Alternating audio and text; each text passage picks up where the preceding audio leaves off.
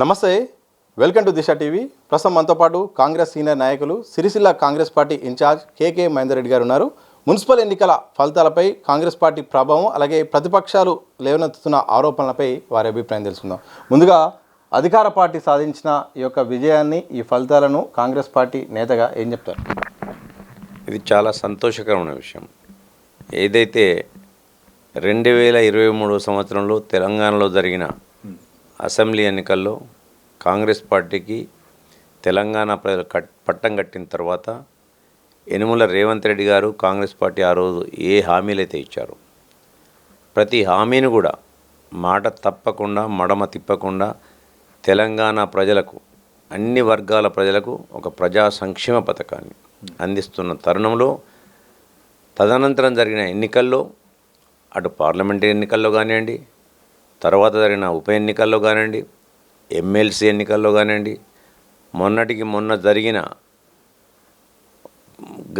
గ్రామ పంచాయతీ ఎన్నికల్లో కానివ్వండి, నిన్న జరిగిన పురపాలక ఎన్నికల్లో కానివ్వండి, సబ్బండ వర్ణాలు గ్రామ ప్రాంతాల్లో ఎమ్మెల్సీలు ఉండేటోళ్ళు మ్యాక్సిమం గ్రాడ్యుయేట్స్, తర్వాత ఉన్నవాళ్ళు గ్రామ పంచాయతీలో జరిగిన ఉన్నవాళ్ళు కార్మికులు, కర్షకులు, తర్వాత జరిగిన పట్టణ ఎన్నికల పురపాలిక ఎన్నికల్లో జరిగిన వాళ్ళు చాలామంది ఉద్యోగులు, విద్యావంతులు, వీళ్ళందరూ కూడా ఉంటారు. అన్ని ప్రాంతాల్లో ఉంటారు. వాళ్ళు ఎక్కువగా కాన్సన్ట్రేట్ వ్యాపారస్తులు వీళ్ళందరూ ఉంటారు.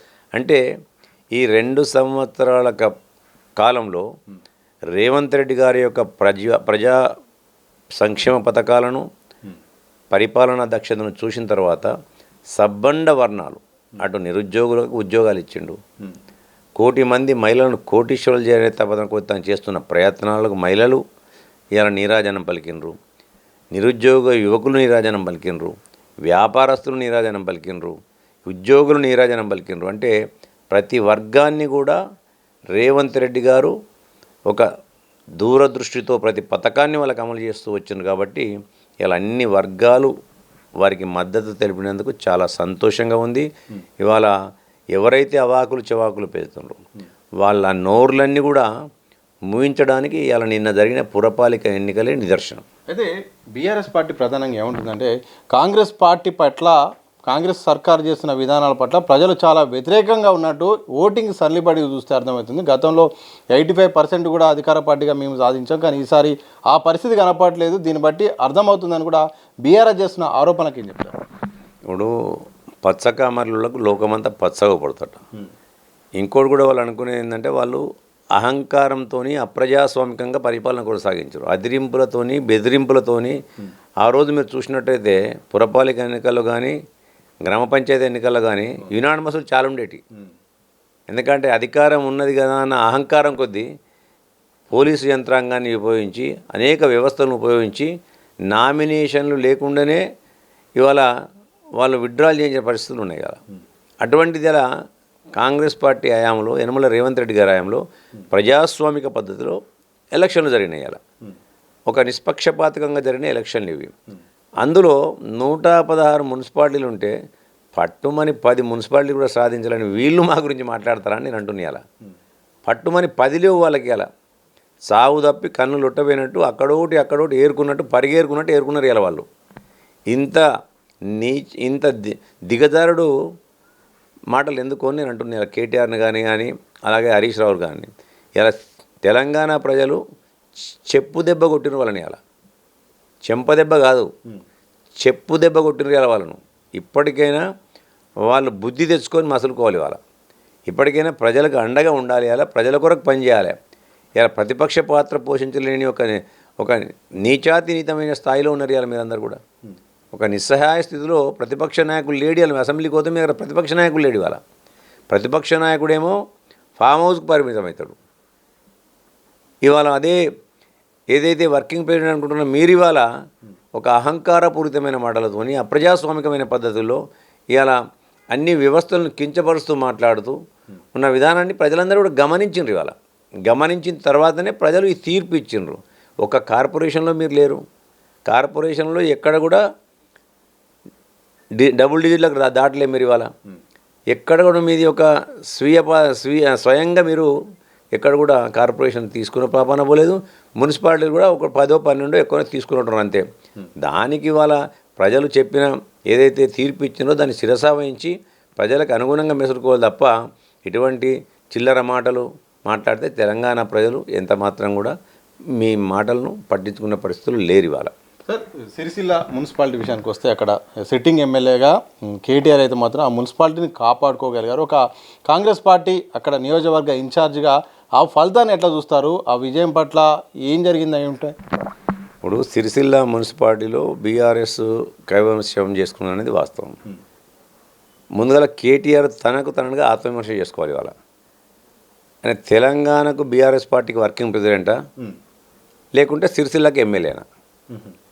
సిరిసిల్లాకి ఎమ్మెల్యే అయితే మేము దాన్ని పెద్దగా పట్టించుకోమేయాల. ఆయన బీఆర్ఎస్ వర్కింగ్ ప్రెసిడెంట్ అన్నాడు. అంటే బీఆర్ఎస్ వర్కింగ్ ప్రెసిడెంట్ తెలంగాణ రాష్ట్ర వ్యాప్తంగా కూడా ఒక స్టార్ క్యాంపెయినర్ ఆయన.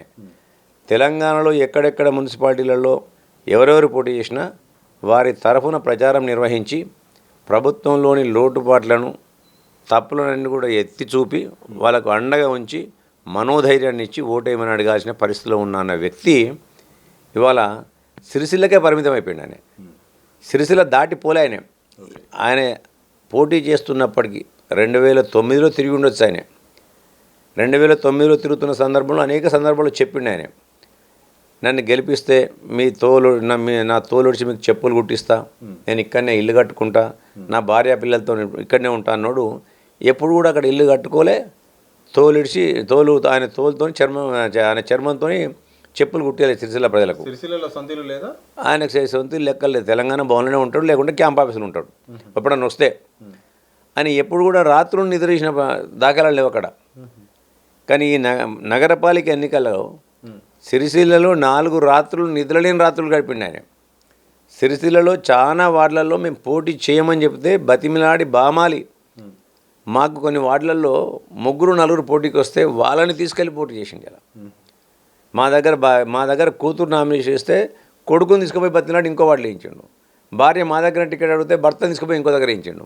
అంటే ఇటువంటి నీతి బాహ్యమైన పనికిమాలిన పనులు చేస్తూ ఆర్థికంగా మీకు అన్నింటి కూడా నేను ఆదుకుంటా అని చెప్పి ఎప్పుడు కూడా చాలా సందర్భాల్లో అయ్య కానీ కొడుకు కానీ మాట్లాడింది ఏంటంటే, ఉత్తర తెలంగాణలో ముఖ్యంగా కరీంనగర్ జిల్లాలో మా చెప్పు నిలబెట్టినా గెలుస్తుంది, కుక్క నిలబెట్టినా గెలుస్తుంది మాట్లాడిన సందర్భాలు ఉన్నాయి. అలా గతంలో ఉన్నారు అనేక. చూసుకోండి, ఎక్కడైనా ఉంటాయి అవి రికార్డులు. అటువంటి వాళ్ళు ఇవాళ గల్లీకి కాళ్ళకు బల్పాలు కట్టుకొని తిరిగినారు. ఈ 17 సంవత్సరాల ఎమ్మెల్యేగా 7 సంవత్సరాలు ఎమ్మెల్యేలుగా 10 సంవత్సరాలు మినిస్టర్గా ఉన్నాడు. ఈ 17 సంవత్సరాల్లో 2009 నుంచి 2026 వరకు సిరిసిల్లలో ఏ వార్డు ఎక్కడ ఉంటుంది, ఏ గల్లీ ఎక్కడ ఉంటుందో నాకు తెలియదు. ఇవాళ గల్లీకి తిరిగిండి. అలా ఇల్లు తిరిగిండు, గదువలు పట్టుకున్నాడు, ఇళ్ళల్లోకి పోయి కండువాలు కప్పిండు, ఎక్కలేని విధంగా ప్రేమలు కప్పేసుకొని ఛాయలు దాగా వచ్చిండు, అందరికి ఫోన్లు చేసిండు స్వయంగా. అంటే కేటీఆర్ గారు ఎంత స్థితికి చేశారంటే ఒకసారి అర్థం చేసుకోండి మీరు. ఇవాళ ఆయన గెలుపు కాదు అది. ఆయన చాలా రకంగా లొంగిపోయి ఆయన ఓటమి. అది ఒక రకంగా చెప్పానంటే అది ఒక ఓటమి. సిరిసిల్ల ప్రజలు ఆయన అహంకారాన్ని దించిన దానికి నిదర్శనం అది. అలా ఒక రాష్ట్ర నాయకుడు అనేది ఎక్కడ ఉండాలండి?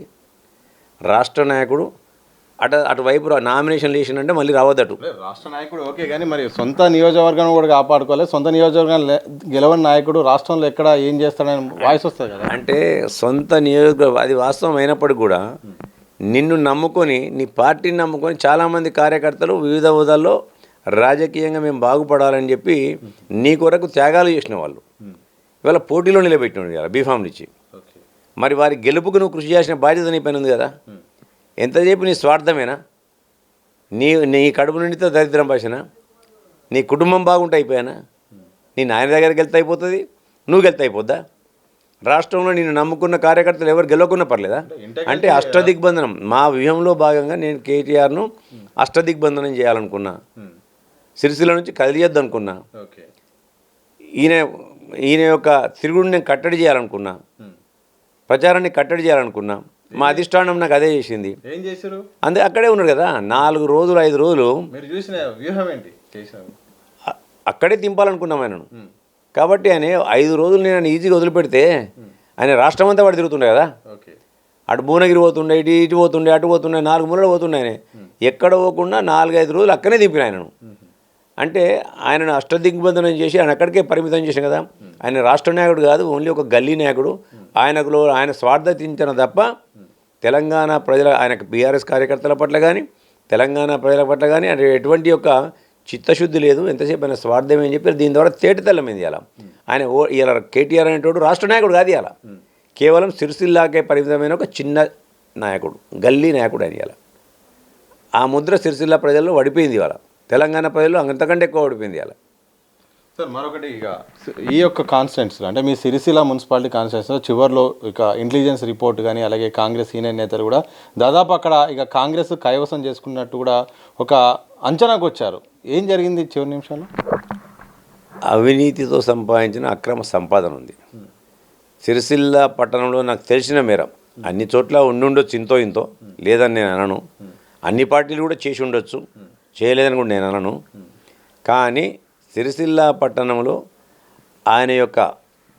సిరిసిల్ల పట్టణంలో మున్సిపాలిటీ కోల్పోతే నా రాజకీయ పీఠాలు కదిలిపోతాయి, నా రాజకీయ పునాదులు కదిలిపోతాయి, రాష్ట్ర వ్యాప్తంగా నా రాజకీయ జీవితం శూన్యమవుతుందని చెప్పి భావించిన కేటీఆర్ అక్రమంగా సంపాదించిన సొమ్మును, అవినీతిపరంగా సంపాదించిన సొమ్మును ఇవాళ సిరిసిల్ల పట్టణంలో విచ్చలవిడిగా, ఇవాళ నేనుగా చెప్పేది ఇవాళ మీరు ఎక్కడ పోయి అడిగినా ఓటుకు 20,000, ఓటుకు 15,000, కొన్ని చోట్ల గ్రామ్ బంగారం అట, కొన్ని చోట్ల 5 గ్రాముల వెండి నాణాలు, కొన్ని చోట్ల 10 గ్రాముల వెండి నాణాలు, ఇలా డబ్బును విచ్చలవిడిగా ఇలా పంచుతూ ఇవాళ గెలిచి వచ్చిన తప్ప ఆ ఒక గెలుపని నేను భావించట్లే.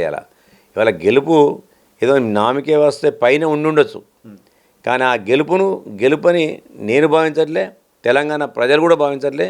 అది కేటీఆర్ యొక్క విజ్ఞతకు, ఆయన అజ్ఞానానికి నిదర్శనం. అది ప్రతిపక్ష పార్టీ అంత పంచడానికి సిద్ధమైనప్పుడు అధికార పార్టీ ఇంకా అంతకన్నా ఎక్కువ కూడా అన్ని రకాల బలాలు కూడా ఉంటాయి కదా, దాన్ని ఎందుకు ప్రయోగించలేకపోయారు? ఇప్పుడు మీరు మంచి ప్రశ్న వేశారు. ఇదే 5-6 సంవత్సరాల క్రితం సిరిసిల్ల పట్టణంలో ఎలక్షన్ జరిగినాయి, అధికారంలో వాళ్ళు ఉన్నారు. ఇలా ఆ రోజు అనేక మందిని విత్డ్రా అనేక తరాలుగా ఒత్తిడి తీసుకొచ్చి ఒత్తిడికి గురి చేసి విత్డ్రాల్ చేయించారు. అపోజిషన్ క్యాండిడేట్ లేకుండా విత్డ్రాల్ చేయించారు. తల్లిని కాదని చెల్లిని అని చెప్పి బావని కాబట్టి నాన్నకు అనేక రకాలుగా వాళ్ళకు ఉండే బలహీనతలు బేరీ వేసుకుంటూ వాళ్ళని విత్డ్రా చేయించే పరిస్థితులు ఉన్నాయి. అలా అధికారం ఉంది కదా అని చెప్పి అహంకారంతో ఉండద్దు. ప్రజాస్వామ్య పద్ధతిలోనే ఎలక్షన్ జరగాలి. మాకు ప్రజాస్వామ్యం పట్ల చాలా గౌరవం ఉంటుంది. ఎందుకంటే భారతదేశానికి స్వతంత్రం తెచ్చింది కాంగ్రెస్ పార్టీ, భారతదేశానికి రాజ్యాంగాన్ని ఇచ్చింది కాంగ్రెస్ పార్టీ, రాజ్యాంగంలో ప్రజల యొక్క హక్కులను పొందుపరిచింది కాంగ్రెస్ పార్టీ, ప్రజాస్వామిక విలువలకు కట్టుబడి ఉండాలని చెప్పి కాంగ్రెస్ పార్టీ ఉంటుంది. అలా అటువంటి ప్రజాస్వామ్య విలువలకు మేము కట్టుబడి ఉన్నాం. ఇలా అవినీతితోని అక్రమంగా సంపాదించాలి మేము. ఇలా 1,000 కోట్ల రూపాయలు మా కాళేశ్వర కుంభకోణాలు చేయలేము మేము. ఇవాళ ఈ కార్ రేసింగ్లు చేయలే. మన గొర్రెల స్కాములు చేయలేము. మిషన్ భగీరథలు, కమిషన్ కాకతీయాలు చేయలేము. కాబట్టి మేము ప్రజాస్వామ్యం పైన నమ్మకం ఉంటుంది. మాకు వ్యవస్థలను దుర్వినియోగం చేసే అలవాటు ఉండదు. అది కేవలం కేటీఆర్ లాంటి వారికి చెల్తారు. ఇంతకుముందు మాట్లాడితే మీకు చెప్పాను. అనేక సందర్భాల్లో వ్యవస్థలను వాళ్ళ గుప్పిల్లో పెట్టుకొని టీఆర్ఎస్ పార్టీ అధికారంలో ఉన్నప్పుడు ఏ ఎలక్షన్ వచ్చినా సాధ్యమైనంత వరకు ఎదుటి పార్టీ వాళ్ళని కానీ ఎదురుగా పోటీ చేస్తున్న వాళ్ళని కానీ సామధాన భేద దండోపాయాలు ఉపయోగించి వాళ్ళని పోటీ నుంచి తప్పుకునే విధంగా చేశారు వాళ్ళు. కానీ ఆ పని మేము చేయాలి. సిరిసిల్ల పట్టణంలో అది ప్రస్ఫుటం. అది ఇలా చేయగలుగుతుంటే మేము చేయగలుగుతుంటే, కానీ ప్రజాస్వామ్యం పట్ల మాకు ప్రగాఢమైన విశ్వాసం ఉంది. వారి ఏలుతోని వారి కంటనే పొడవాలని ఒక వ్యూహం ఉండే మాకు. కేటీఆర్ గారిని అక్కడ అష్టదిగ్బంధనం చేసినాం, బయటికి పోకుండా చేసినాం. ఒక సిరిసిల్ల మున్సిపాలిటీ గెలిచినంత మాత్రాన మాకు పోయేది లేదు. అలా మేము అనేక మున్సిపాలిటీల్లో ఆయన యొక్క ప్రచారాన్ని రాకుండా మా వ్యూహంలో భాగంగా నేను అడ్డుకున్నాం. మీ పార్టీని అందుకే ఇవాళ సిరిసిల్ల పట్టణంలో మేము నష్టపోయినాం అనుకుంటే మేము నష్టపోలే. కాంగ్రెస్ పార్టీ, సిరిసిల్ల ప్రజలు నష్టపోయినారు. ఇలా జనరల్గా అధికారంలో ఉన్న పార్టీకి ఏదో సామెత ఉన్నది, దున్నపోతు గడ్డేసి బర్రెకి పాలు ఉండితే రావు కదా. ఇలా వాళ్ళు కేటీఆర్ గెలిచినంత మాత్రాన సిరిసిల్ల ప్రజలకి చేసేదే ఉందో అంటున్నాను నేను. ఇలా ఎమ్మెల్యేగా ఆయన చేస్తుంది ఏం లేదు. రేపు మున్సిపాలిటీ గెలిచినంత మాత్రం వాళ్ళు చేసేది ఏముందో అని నేను అంటున్నాను. ప్రతిపక్ష నేతలకు కూడా మీరు ప్రభుత్వం సహకరించదా అభివృద్ధి ఫలాలు? సహజంగానే ఎవరైనా అధికార పార్టీ ఉన్నదానికి పోతుంది. ఇవాళ అధికార పార్టీ ఉన్నదానికి ఇప్పుడు మనవాడు వడ్డించేవాడు ఉంటే ఓ చెయ్యి కొంచెం ఎక్కువ పోతుంది. సహజంగానే ఉంటాయి కదా. దానికి నేను అతీతుని కాదు, ఎవరు దానికి ఎవరు అతీతులు కాదు. అలా ఎక్కువ తక్కువ ఉంటుంది, కుడి ఎడమలు ఉంటాయి ఎట్టాగు. ఇలా 10 సంవత్సరాల పరిపాలనలో సిరిసిల్లకు తీసుకెళ్ళింది ఏంటి అని ఎప్పుడైనా వెళ్ళి ముఖ్యమంత్రిని అడిగి నాకు ఈ ఫండ్ కావాలని? అదే అనేక మంది ఎమ్మెల్యేలు పోయి అడుగుతాను, ప్రతిపక్ష ఎమ్మెల్యేలు ఇస్తాను ఇవాళ. కానీ ఈ ఎమ్మెల్యే పోయిన అహంకారంతో అక్కడ పోయి అడిగిండా? మాకు రావాల్సిన అనేకమైన ప్రాజెక్టులు మాకు డబ్బులు రావాలి. 9th ప్రాజెక్ట్ కంప్లీట్ కావాలి, 10th కావాలి, 11th కావాలి, 12th కావాలి. ఈయన ఎక్కడెక్కడనే పెట్టేసిపోయిండు.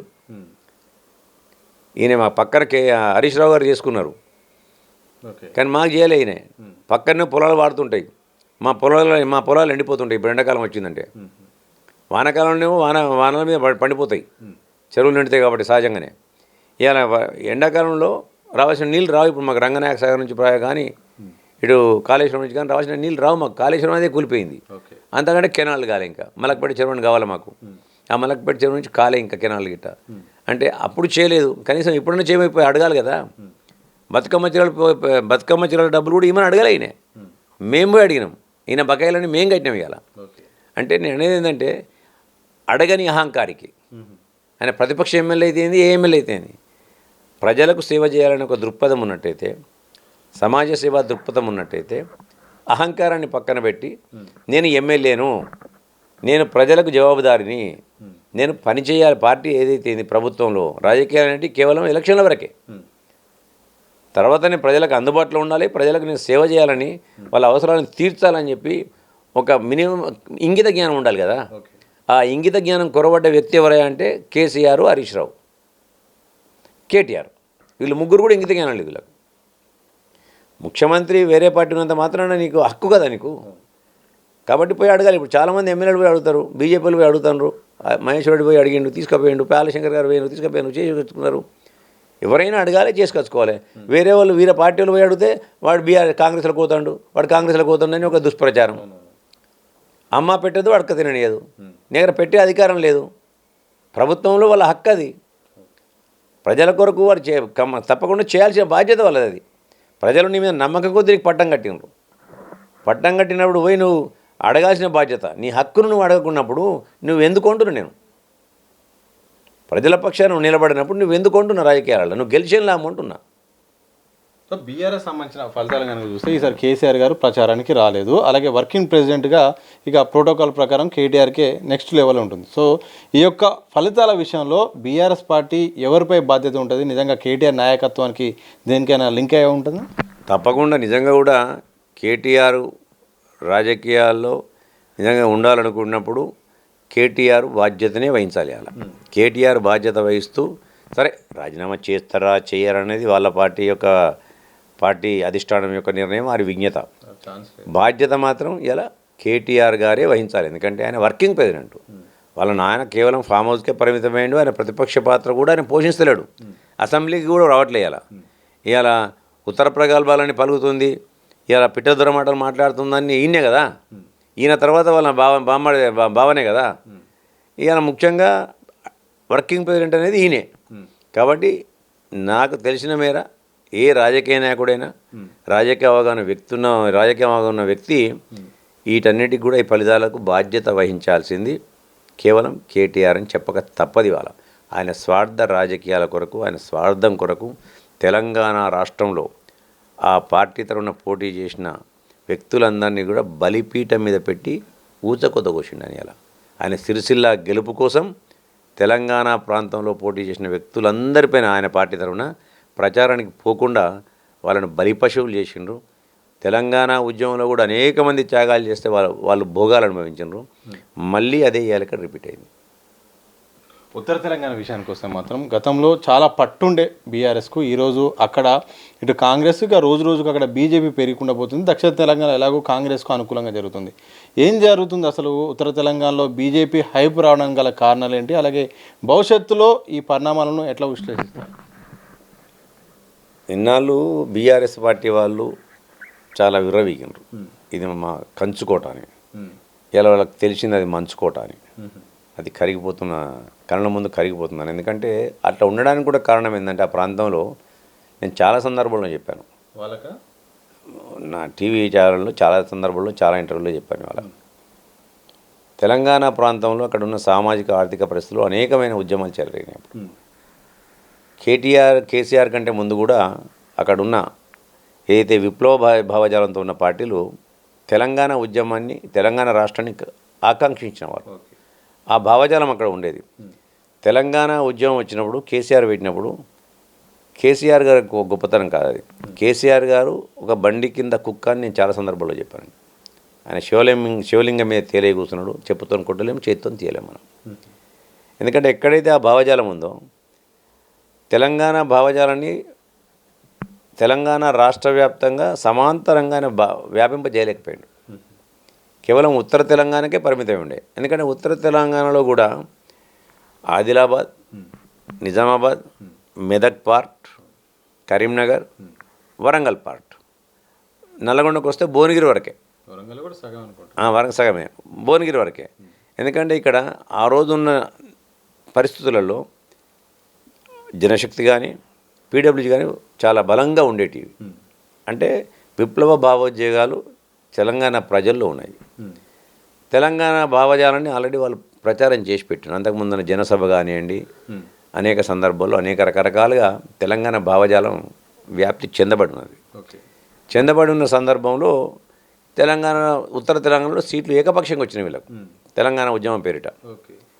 దాన్ని వీళ్ళు మాకు కంచుకోవడం అనుకున్నారు. ఇవాళ ఉద్యమ భావజాలం ఉన్నవాళ్ళు ఏంది, అన్యాయాన్ని ఎవరు కూడా తట్టుకోలేరు. కాబట్టి ఇలా అన్యాయాన్ని తట్టుకోలేరు. 10 సంవత్సరాలు పరిపాలించి హక్కునిస్తే ఇవాళ నమ్మి నాన్న వస్తే పుచ్చిబుర్ర అయినట్టు మా బతుకులన్నీ కూడా పేన మీద పేయలేసినాం, త్యాగాలు మాయైనాయి, భోగాలు మీ అయినాయి అని చెప్పి తెలంగాణ ప్రజలు మొన్న జరిగిన ఎలక్షన్లో బుద్ధి చెప్పారు. ఇలా బుద్ధి చెప్పిన తర్వాత ఇప్పుడు మీరేమంటారు, మళ్ళీ బీజేపీ పోతుంది. బీజేపీ ఏడొచ్చింది? అది బీజేపీ ఎక్కడొచ్చింది? వాళ్ళ మాటల కోటలు దాటుతున్నాయి, చేతులు తంగలు దాటలే. తెలంగాణ ప్రజలు బీజేపీని విశ్వసించే పరిస్థితుల్లో లేరు. టీఆర్ఎస్ పార్టీ చేసిన అవినీతి అక్రమ కేసులు వాళ్ళ చేతుల్లో ఉన్నాయి. అలా సిబిఐకి అప్పచెప్పినాం. కాళేశ్వరం కానీ ఆ కాళేశ్వరం ప్రాజెక్టు మీద అప్పుడు అంతకుముందు మాట్లాడాను. మీరు ఆ కాళేశ్వరం ప్రాజెక్టులో సిబిఐకి అప్పగిస్తే అట్లనే కూర్చున్నారు. ఇవాళ రేపు ఈ కర్రా సింగ్ కూడా వాళ్ళకి అప్పచెప్పిపోతున్నాం, దాని మీద కూడా అట్లనే కూర్చుంటారు వాళ్ళు. కేవలం వాళ్ళ మాటలు కోటలు దాడుతున్నాయి. తెలంగాణ ప్రజలు బీజేపీని విశ్వసించే పరిస్థితులు లేరు ఎట్టి పరిస్థితుల్లో కూడా. కేవలం అక్కడక్కడ కొన్ని కొసమెరుపులు ఉంటాయి అక్కడక్కడ. ఆ కొసమెరుపులు ఉన్న కాడ వాటిని పట్టుకొని ఇలా వాపును చూసి బల్బ్ అనుకొని ఇలా బండి సంజయ్ గారు 30 రాగానే నాకు అనుకొని అంటే అది 30 వచ్చినాయి. ఏమని అంతకంటే వచ్చినాయి నాకు. వేరే ఎక్కడ గెలిచినావు? వేములవాడలో గెలిచినావా? సిరిసిల్లలో గెలిచినావు? హుజరాబాద్లో గెలిచినావా? ఉస్నాబాద్లో గెలిచినావా? జమ్మికుంటలో గెలిచినావా? ఎక్కడ గెలిచినావు? నువ్వు కరీంనగర్ జగిత్యాలలో గెలిచినావా? మెట్పల్లిలో గెలిచినావా? ధర్మపురిలో గెలిచినావా? రామగుండంలో గెలిచినావా? అది కూడా కార్పొరేషన్ కదా. రామగుండంలో గెలిచినావా? పెద్దపల్లిలో గెలిచినావా? సుల్తానాబాద్లో గెలిచినావా? ఏడ గెలిచినావు నువ్వు? ఆదిలాబాద్ చూసుకుందాం, ఆదిలాబాద్లో ఏడ గెలిచినావు? నిజామాబాద్ చూసుకుందాం, నిజామాబాద్లో ఏడ గెలిచినావు నువ్వు? ఏ మున్సిపాలిటీ గెలిచినావు నువ్వు? కాబట్టి ఇవన్నీ కూడా ఏదో మేము గెలిచినాం మేము చెప్పుకుంటే తప్పలేదు. రాజకీయంగా వాళ్ళ కార్యకర్తలకు వాళ్ళందరూ కూడా మోరల్గా బూస్ట్ చేయాలి కాబట్టి చెప్పుకుంటూ పోతారు.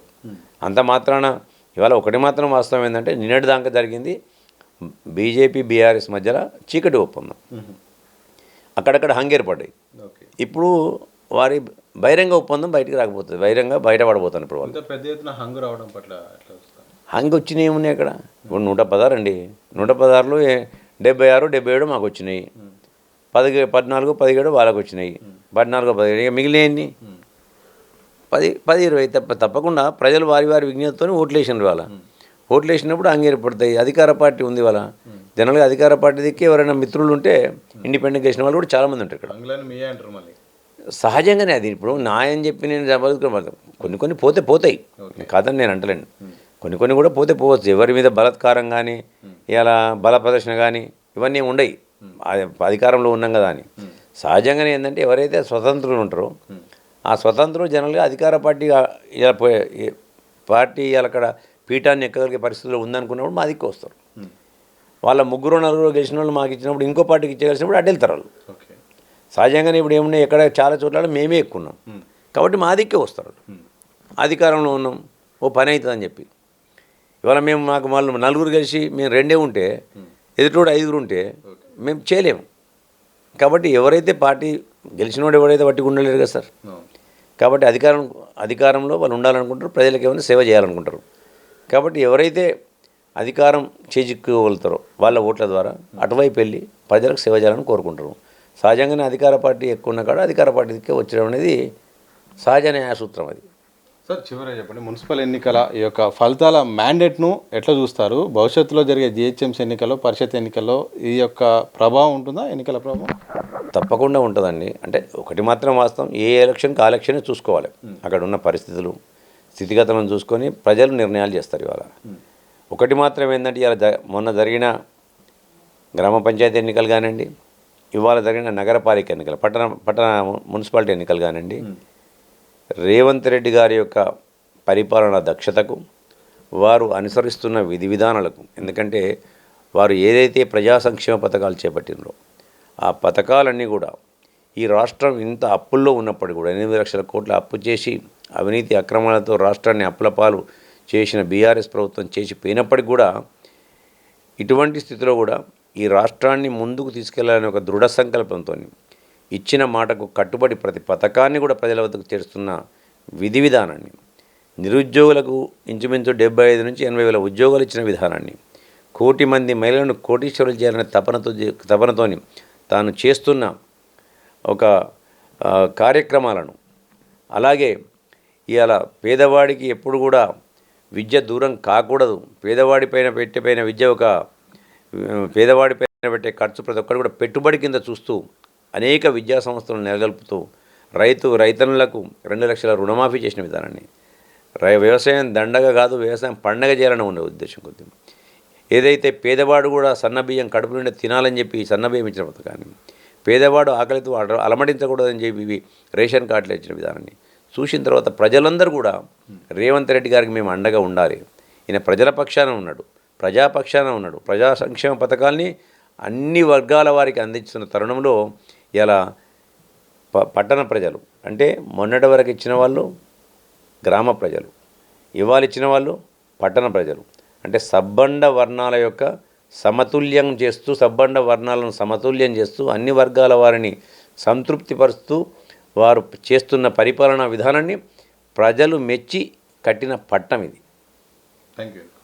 మొత్తంగా ఇది మున్సిపల్ ఎన్నికల్లో ప్రధానంగా అధికార పార్టీకి అయితే మాత్రం ప్రజలు పట్టం కట్టారు. అభివృద్ధి అలాగే సంక్షేమాన్ని మొన్న జరిగిన సర్పంచ్ ఎన్నికలను, అంతకుముందు జరిగిన ఎమ్మెల్సీ ఎన్నికలను, తాజాగా ఇక పట్టణ ప్రజలు కూడా మా వైపే ఉన్నారు. ప్రజలు కూడా ఆశీర్వాదం సీఎం రేవంత్ రెడ్డికి అయితే ఉంది. ఇక ప్రతిపక్షాల విషయానికి వస్తే మాత్రం ఈ ఎన్నికల్లో చాలా స్పష్టంగా బీఆర్ఎస్ బీజేపీ ఒక్కటే అన్నట్టుగా కూడా ఎన్నికల ఫలితాలు అక్కడ వాళ్ళ చేసిన విధానాలను బట్టి చూస్తే అర్థమైంది. ఇంకా బీఆర్ఎస్ విషయానికి వస్తే మాత్రం ఒకప్పుడు ఉత్తర తెలంగాణ మా కంచుకోట అని చెప్పుకున్నారు, ఈరోజు మంచుకోటలా రోజు రోజు కరిగిపోతుంది. ఉద్యమం సమయంలో ఉన్న పరిస్థితి ఇప్పుడు దూరం చేసుకున్న పరిస్థితి కనిపించింది. ఇక వర్కింగ్ ప్రెసిడెంట్ కేటీఆర్ విషయానికి వస్తే మాత్రం ఒక వర్కింగ్ ప్రెసిడెంట్గా రాష్ట్ర వ్యాప్తంగా పర్యటించి తమ అభ్యర్థులని నమ్ముకున్న క్యాండిడేట్స్కు ప్రచారం చేసి గెలిపించాల్సిన బాధ్యత ఉన్న నేపథ్యంలో తన సొంత నియోజకవర్గంలోని మున్సిపాలిటీ గెలుపు కోసం అక్కడే ఉండి ఈరోజు అందరు కూడా కార్యకర్తల నేతల గొంతు కోసారు. అలాగే నేను ఒక కాంగ్రెస్ పార్టీ ఇక్కడ ఇన్ఛార్జ్గా మాత్రం